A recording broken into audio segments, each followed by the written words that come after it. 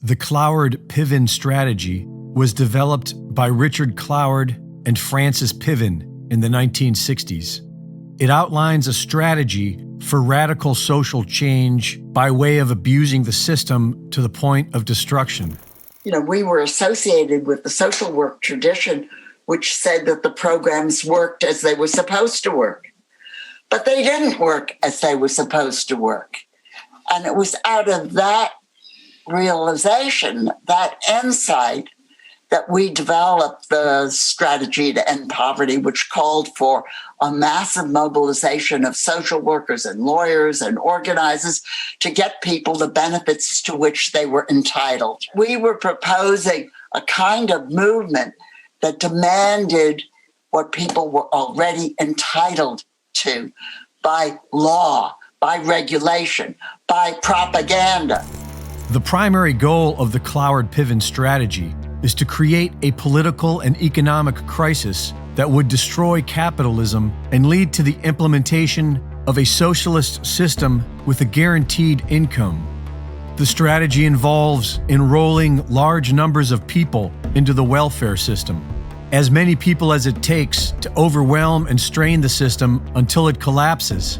Everyone enrolled into the welfare system is also used as an army to carry out the destruction of the current system. They are registered to vote and instructed on how to vote.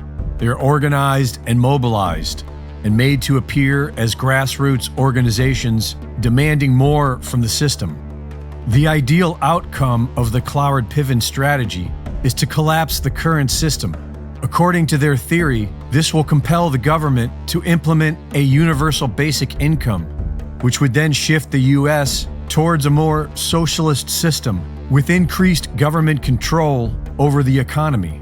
Everyone is being encouraged to do it. Burn it down is the new sexy ring. In high school, they compare it to the American Revolution. The Cloward-Piven strategy is a political gambit designed to overwhelm the American government by placing so many demands on the bureaucratic structure that it collapses.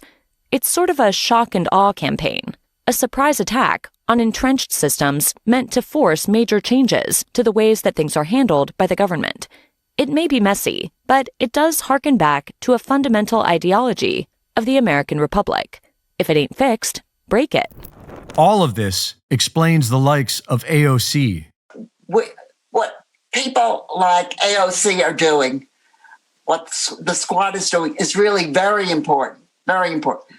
But at the same time, there is this movement which is so big. Some people say it's the biggest movement in American history. It's hard to know because it's hard to measure a movement, but it is big and it is interracial and it penetrates into every small town. I now am in upstate New York. The town I'm closest to has maybe 2,000 people. We have little demonstrations in front of the post office for Black Lives Matter.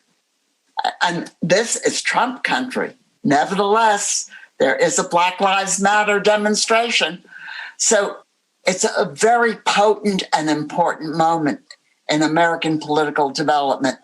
And we have to make the most of it, because if we don't know what's going to happen, but it's not going to be good. Reporting for